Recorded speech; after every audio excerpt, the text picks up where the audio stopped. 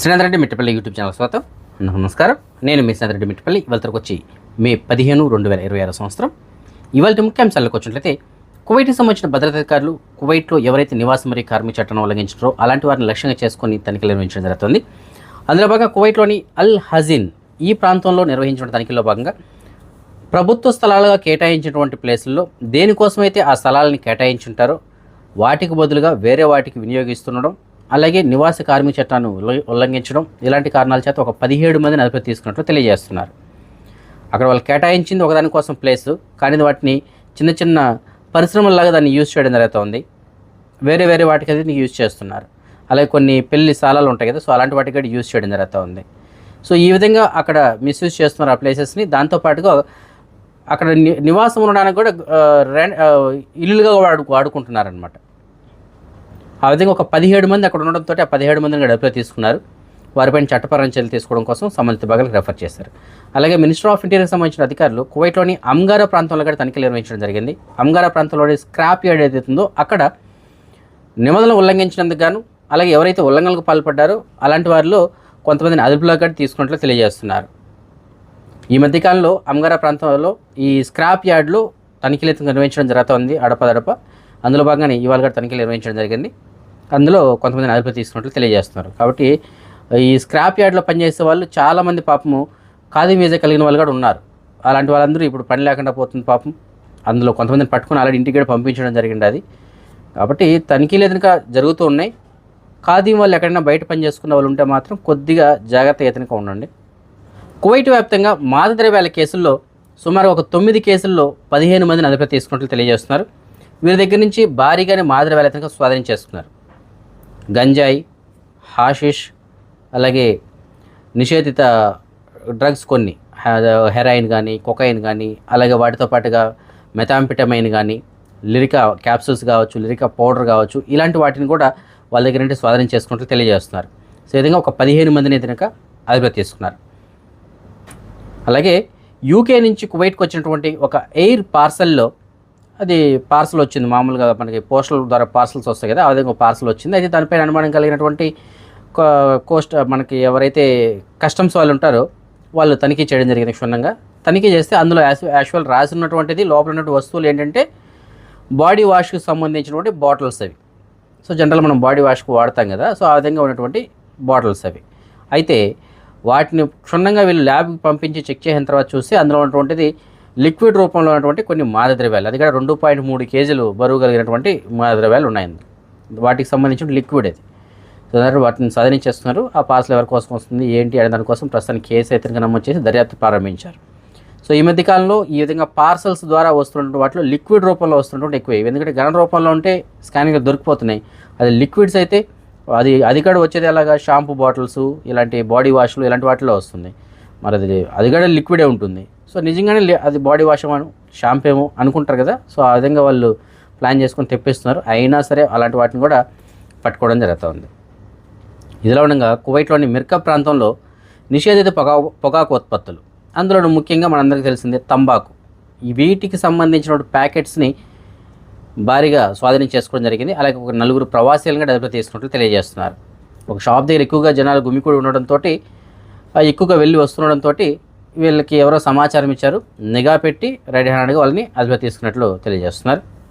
కువైట్కి సంబంధించిన fire force department వాళ్ళు కువైట్లోని ఈ సలబియా అగ్రికల్చర్ ప్రాంతం ఏదైతుందో, వ్యవసాయ క్షేత్రాలు ఏవైతున్నాయో అక్కడ ఒక గోడౌన్లో మంటలు చెలరేగడంతో దానికి సంబంధించిన సమాచారం అందుకొని అక్కడ వెళ్ళి హుటాహుటిన ఆ మంటలు అయితే అదుపులో తీసుకొచ్చారు.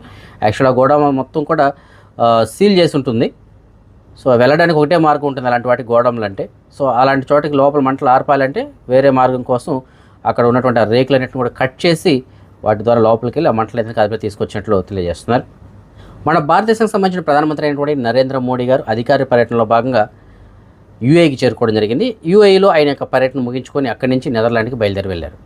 యూఏఈలో ఆయనకి ఘనంగా ఆ యూఏఈకి సంబంధించినటువంటి అధ్యక్షుడైనటువంటి Mohammed bin Zayed Al Nahyan గారు కూడా వీడ్కోలు పలకడం జరిగింది. ముఖ్యంగా అక్కడ జరిగినటువంటి చర్చల్లో వ్యూహాత్మక భాగస్వామ్యం, వాటిని బలోపేతం చేయడం, అలాగే పెట్టుబడులు, ఇంధనం, సాంకేతిక రంగాలు, అలాగే ఆర్థిక సాయం, ఇలాంటి వాటికి సంబంధించిన కొన్ని కీలకమైనటువంటి అంశాలపైన వీళ్ళు చర్చలు జరిపినట్లు తెలియజేస్తున్నారు. సో ఏదైనప్పటికీ అక్కడ ఘన స్వాగతం పలికారు, అలాగే ఘనంగా వీడ్కోలు కూడా పలకడం జరిగింది. అలాగే ఆయన వెళ్తున్నప్పుడు యుఏకి సంబంధించిన గగనతలం వీడినంత వరకు కూడా యుఏకి సంబంధించినటువంటి సైనిక యుద్ధ విమానాలు ఏవైతే ఉంటాయో అవి ఎస్కార్ట్గా వెళ్ళడం జరిగింది. సో మనం ఈ మధ్యకాలంలో గమనించినట్లయితే సౌదీకి వచ్చినప్పుడు కానీ, యుఏకి వచ్చినప్పుడు కానీ, అలాగే ఇజ్రాయెల్కి వెళ్ళినప్పుడు కానీ మన పిఎం గారి యొక్క విమానం వెళ్తున్నప్పుడు వాటికి ఎస్కార్ట్గా ఆ దేశానికి సంబంధించినటువంటి యుద్ధ విమానాలు కావచ్చు, హెలికాప్టర్లు కావచ్చు రావడం జరుగుతూ ఉంది. అది మన భారతదేశ ప్రధానమంత్రి యొక్క అంటే ఆయనకున్నటువంటి గౌరవం. రాయలసీమలో తిరుపతి అంతర్జాతీయ విమానాశ్రయంగా ప్రకటించినప్పటికీ అక్కడ ఎలాంటి విమానాలు కానీ ప్రస్తుతానికి అక్కడ అంతర్జాతీయంగా ఉన్నటువంటి విమానాలు ఏవి కానీ దిగట్లేదు. ఆ విషయం మనందరికీ తెలుసు.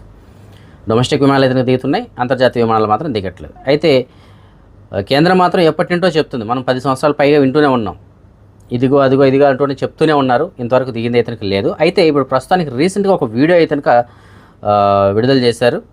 సో ఒకసారి ఆ వీడియోని చూద్దాం. మనం ఆ వీడియోలో ఉన్నది ఒకసారి విందాం. దాన్ని బట్టి అది జరుగుతుందా లేదా అనేటువంటిది మీరే ఆలోచించి కామెంట్స్ రూపంలో తెలియజేయచ్చు. ఎందుకంటే 10 సంవత్సరాలుగా దాన్ని మనం వింటూనే ఉన్నాం. మరి ఇది కూడా అలాంటిదే అంటారా, లేకపోతే ఇది జరిగేదానికి అవకాశం ఉందా? కామెంట్స్ మీరే తెలియజేయచ్చు.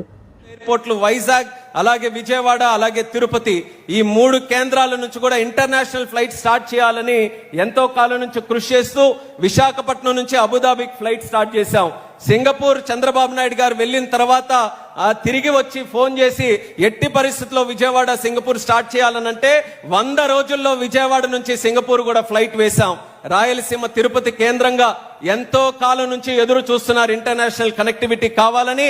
అతి త్వరలోనే తిరుపతి నుంచి కువైట్ కూడా ఫ్లైట్ వేసి రాయలసీమ కూడా ప్రపంచ పటంలో పెడతామని ఈ సభాముఖంగా తెలియజేస్తున్నాను. అదనంగా కనెక్టివిటీ కూడా ఇస్తాం. 2023 నుంచి 24 సంవత్సరంలో రాష్ట్రంలో సుమారు 52 మంది ప్రయాణికులు ఉండేవారు.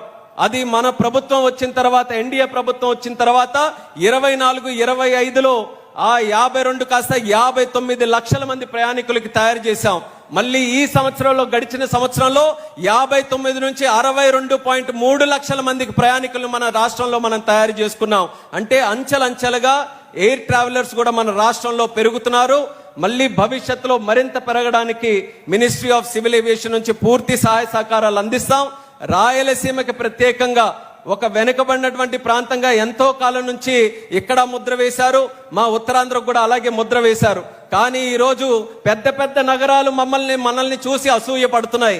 ఎక్కడ గూగుల్ లాంటి ఇన్వెస్ట్మెంట్ శాన్ ఫ్రాన్సిస్కో వదిలి విశాఖపట్నం నది ఒడ్డు, మన బీచ్ ఒడ్డున అక్కడ పెడుతున్నారనంటే మా ఉత్తరాంధ్రకి ఎలా ఇన్వెస్ట్మెంట్స్ తీసుకొని వస్తున్నారనడానికి అదొక ఉదాహరణ.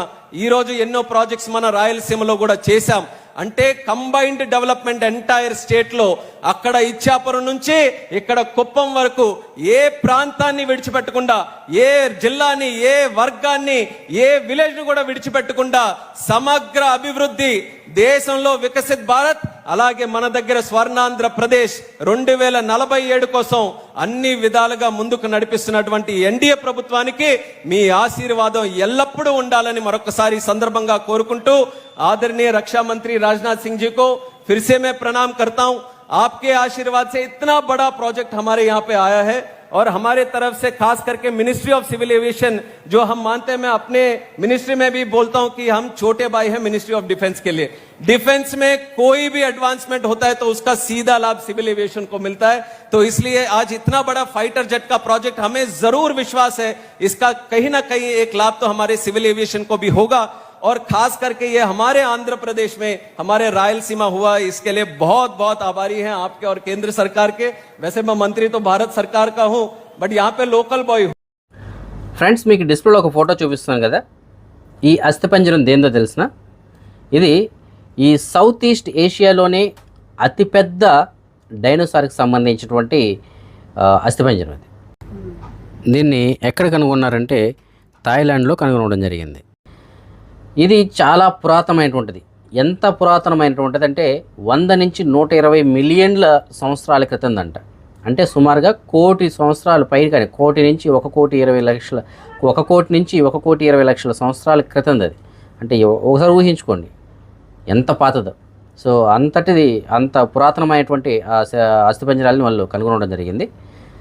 అయితే ప్రస్తుతానికి వాళ్ళు అక్కడ ప్రదర్శన కూడా పెట్టడం జరిగింది. ఇది శాకాహారి అని చెప్పేసి తెలియజేస్తుంది. మాంసాహారి అయితే కాదంటే శాకాహారి.